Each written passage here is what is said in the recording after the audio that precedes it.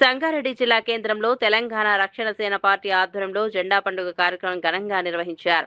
ముఖ్య అతిథిగా హాజరైన పార్టీ అధ్యక్షులు కల్వకుంట్ల కవిత పార్టీ జెండాను ఆవిష్కరించారు.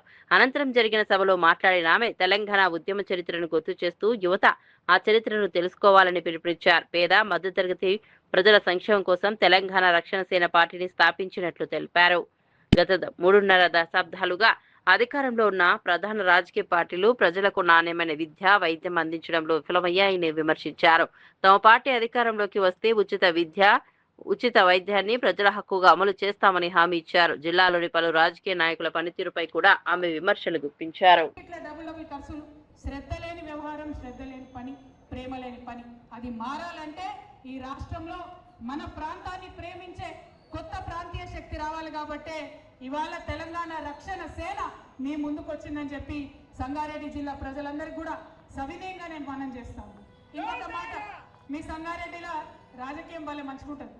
ఆడ జగ్గారెడ్డి సాబ్ ఉంటాడు, ఇటు రఘునందన్ రావు ఉంటాడు, అట చింత ప్రభాకర్ గారు ఉంటారు, ఈ పక్క దామోదర్ రాజనరసింహ గారు ఉంటారు, ఆ పక్క హరీష్ రావు ఉంటారు. చూడడానికి వీళ్ళందరూ వేరే వేరే పార్టీలలో ఉంటారు, కానీ మొత్తం అంతా మ్యాచ్ ఫిక్సింగే. కంప్లీట్ కలిసి ఉంటారు అందరూ. కార్యకర్తల పరిస్థితి ఏంటంటే ఎవరి దగ్గరికి పోతే ఎవరికి మ్యాటర్ తెలుస్తుంది అర్థం కాని పరిస్థితి ఉంటుంది. కాబట్టి అటువంటి మ్యాచ్ ఫిక్సింగ్ రాజకీయాలు మానుకోవాలి. ఎందుకు మానుకోవాలంటున్నా అంటే జహీరాబాద్ డెవలప్ అవుతున్నది, కొంత ఎదుగుతున్నది. అక్కడ స్మార్ట్ సిటీ ప్రోగ్రామ్ తెచ్చుకున్నాం కష్టపడి.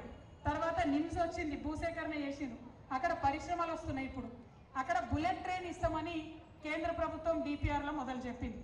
మొన్న కొత్తగా వచ్చిన డిపిఆర్లో బుల్లెట్ ట్రైన్ లేదు. మరి ఇంత రఘునందన్ రావు నోరేసుకొని అన్నిటికీ వస్తూ ఉంటాడు కదా, ఏమై రఘునందన్ రావు గారు, ఎంపీ గారు, ఏమైంది డిపిఆర్లో బుల్లెట్ ట్రైన్ జైరాబాద్ రాకపోతే నీ నోటికి తాళం ఎందుకు పడ్డది? మరి ప్రతిపక్షాలు ఏమైనాయి? ఎందుకు ఇవాళ బీజేపీ నిలదీస్తలేరు? మ్యాచ్ ఫిక్సింగ్ రాజకీయాలతోని మన ప్రాంతానికి నష్టం జరుగుతుంటే చూస్తూ ఊరుకుంటే వేరే ఎవరైనా ఊరుకుంటారేమో, కానీ మేము మాత్రం ఊరుకోము. టీఆర్ఎస్ పార్టీ ఆధ్వర్యంలో ఖచ్చితంగా జహీరాబాద్లో బుల్లెట్ ట్రైన్ వచ్చేదాకా కూడా నిలదీస్తూనే ఉంటాం, కొట్లాడుతూనే ఉంటాం. అట్లనే పటాన్ చెరువుకు ఎంఎంటీఎస్ తెస్తామన్నారు ట్రైన్. ఎందుకంటే పటాన్ చెరువు వాళ్ళంతా పాపం హైదరాబాద్లో ఎక్కువ పని చేసుకుంటారు. ట్రైన్ వస్తే పేదవాళ్ళకి సౌకర్యంగా ఉంటుంది. వస్తుందంటే ఇల్లు తీసుకుంటుంది, పేదవాళ్ళని ఇంట్లోకి వెళ్ళి బయట వేస్తుంది, కాంపన్సేషన్ ఇవ్వలేదు, ఇంతవరకు కూడా ట్రైన్ రాలేదు. మరి దానికి జవాబుదారు ఎవరు? అడిగేటోళ్ళు ఎవరు? పటాన్ చెరువు ఎమ్మెల్యే ఉంటే ఏ పార్టీలు ఉన్నాడో ఎవరికి తెలియదు. సంగారెడ్డిలో ఒక పార్టీ ఎమ్మెల్యే గెలుస్తాడు, ఇంకో పార్టీ వాళ్ళు ఇనాగ్రేషన్ చేస్తారు. ఇక్కడ ఏం అర్థం కాదు. ఆందోళన మనకు మంత్రి పదవి వచ్చింది, రాక మంత్రి పదవి వచ్చింది ఆందోళనలో, కానీ ఆనందపడదామంటే వాళ్ళ బావమరిది గారు సింగూరు కింద ఉన్న ఎఫ్టీఎల్ లోపల ఉన్న 200 ఎకరాల ల్యాండ్ మంత్రి గారి యొక్క బావమరిది గారు కబ్జా పెడుతున్నారు. ఎవరు అడగరు? హరీష్ రావు గారు అడగరు, జగ్గారెడ్డి గారు అడగరు, ఏ పార్టీలో అడగరు. అందరు కలిసి ఏంటంటే ప్రజలకు ఇవ్వాల్సిన ఇయ్యరు, వాళ్ళు మాత్రం రాజకీయంగా ఎదుగుతారు, ఆర్థికంగా ఎదుగుతారు. ఈ రాజకీయం సంగారెడ్డిలో మారాల్సిందే. ఖచ్చితంగా సంగారెడ్డిలో ఒక కొత్త ఒరవడి సృష్టిస్తాం, మంచి రాజకీయానికి మార్గం వేస్తాం. టీఆర్ఎస్ పార్టీ నుండి ఒక మాట ఇచ్చినాం, పాంచజన్యం 5 పథకాలతోని ప్రజల దగ్గరకు వస్తాం. మొదటిది ఉచిత విద్య. ప్రైవేట్ అయినా సరే మీ పిల్లగాడు పిల్ల ఎంత చదువుకున్నా సరే మీ జేబులకి వెళ్ళి 1 రూపాయి ఖర్చు పెట్టకుండా చూసుకునే బాధ్యత నాది అని మాట ఇస్తా ఉన్నా. రెండవది ఉచిత వైద్యం. ఎన్ని లక్షలు ఖర్చు అయినా, ఎంత పెద్ద రోగం వచ్చినా మన తెలంగాణలో ఏ ప్రైవేట్ హాస్పిటల్కి మీరు పోయినా రాజాల లెక్క తీసుకుపోవాలి, వైద్యం చేయాలి, ఇంటికి పంపించాలి. మాట ఇస్తా ఉన్నాం, ఉచిత వైద్యం ఖచ్చితంగా ఇస్తాం. ఇక మూడవది వ్యవసాయం. ఇలా రైతన్నలు కల్లాల దగ్గర రైతులు కష్టాలు పడుతుంటే, గుండె ఆగిపోతుంటే అడిగేటటువంటి గుండె ధైర్యం ఏ ఒక్క నాయకుడు కూడా లేదు. చాలా ఇబ్బందులు పడుతున్నారు రైతులు. వారి ఇబ్బందులను తీర్చే విధంగా ముందుండి టీఆర్ఎస్ పార్టీ నాయకులం కొట్లాడతాం. రేపు మీ దయ వల్ల అధికారంలోకి వచ్చిన తర్వాత ప్రతి ఆఫీస్లో, అది ఎంఆర్ఓ ఆఫీస్ అయినా కలెక్టర్ ఆఫీస్ అయినా, రైతుకు సపరేట్గా టేబుల్ ఉంటుంది, ఒక కౌంటర్ ఉంటుంది. అక్కడ పోయి సార్ మా వడ్లు కొంటలేరంటే జవాబుదారీగా ఉండేటటువంటి ప్రభుత్వం నడుస్తుందని కూడా మీకు తెలియజేస్తా ఉన్నా.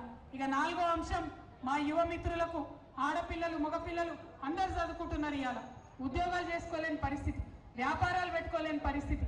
మేము అధికారంలోకి రాగానే 4 లక్షల ఉద్యోగాలు ఒకటే నోటిఫికేషన్ మొదటి సంవత్సరమే ఇస్తామని హ్యాపీగా తెలియజేస్తున్నా.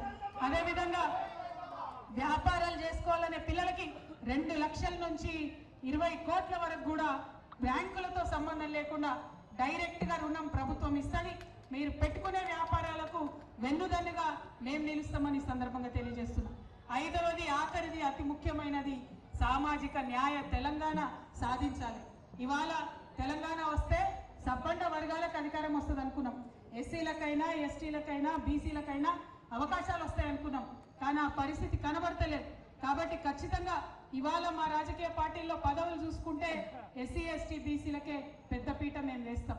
రేపటి నాడు మా ప్రభుత్వంలో కూడా అన్ని వర్గాలను కలిపి గౌరవ మర్యాదలు ఉండేలాగా పదవుల్లో ప్రాధాన్యత దక్కేలాగా ప్రయత్నం చేస్తామని చెప్పి మీ అందరికి కూడా నేను మాట ఇస్తా ఉన్నాను.